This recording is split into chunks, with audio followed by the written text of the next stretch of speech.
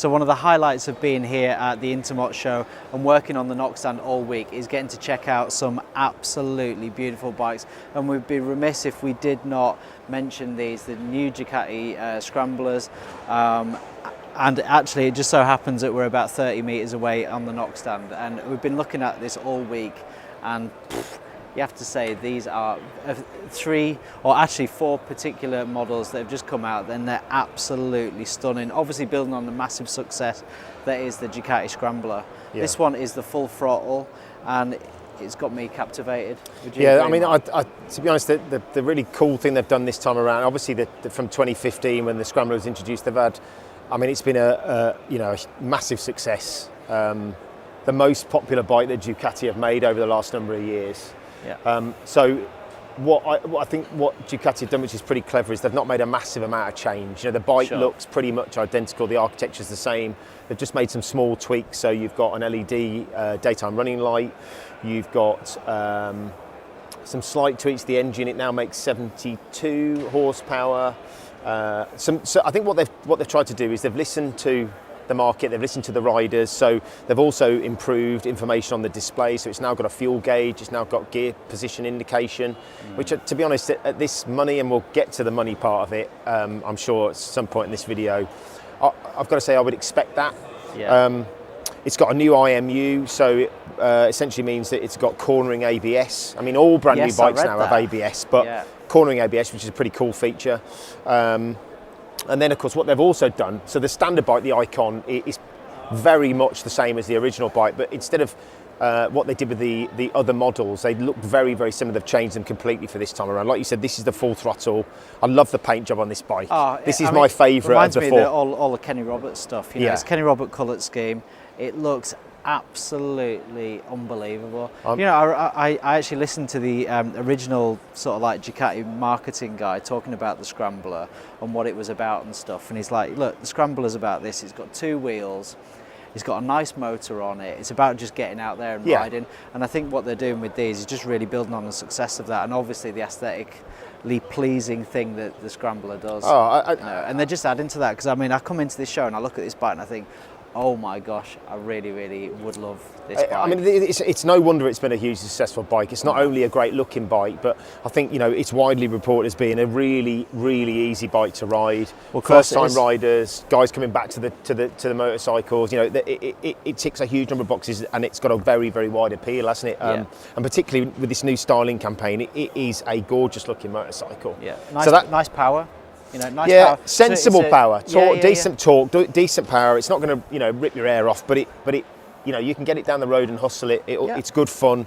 It's not intimidating. No, it's a twin, so it's got plenty of torque. I mean, I've ridden, for quite a few years a bike with 70 horsepower, and it's really nice amount of power for the road. You can really wring its neck and have a really good laugh. And with a V-twin, you've got a bike with a bit of character. It makes a nice noise. Another thing that they've done this year as well, I think, which is pretty important, is they've changed the seat slightly, so it's a slightly wider seat. It's also got it's got a thicker foam, so you get a bit more comfort out of it. A couple of other small changes as well. The suspension is very slightly softened. And again, I think, those who've ridden it, and it has been ridden, if you're really pushing, then you can perhaps sense that. But in the real world, nobody's going to ride the bike like that. So softening that suspension, slightly softer seat, it's just a more comfortable bike to ride. It makes perfect sense to me.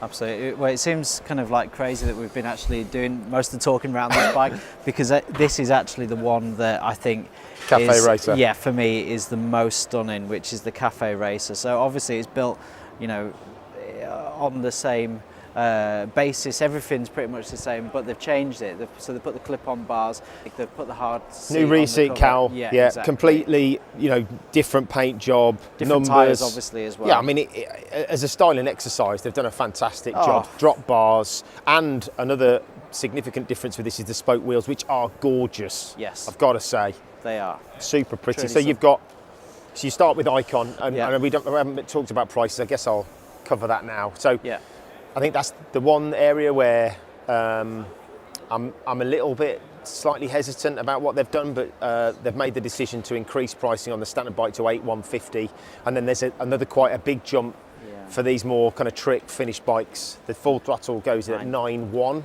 9,1. Deep breath. 9.7. 9.7. And, See, at that and just price, when you thought it couldn't get more Yeah, expensive, the Desert Sled is 9.8. Wow. I mean, you know, this cafe race has got some competition at that kind of money. You know, you're not wrong. I think predominantly for me is the Z900 RS Kawasaki. I mean, that is a stiff competition for this. Well, this I think bike. is it their cafe racer? I can't. You know the bike that we saw at the NEC last year with the sort of green and the front cowling. I mean, they're a £10,000 bike. You know, 10,000.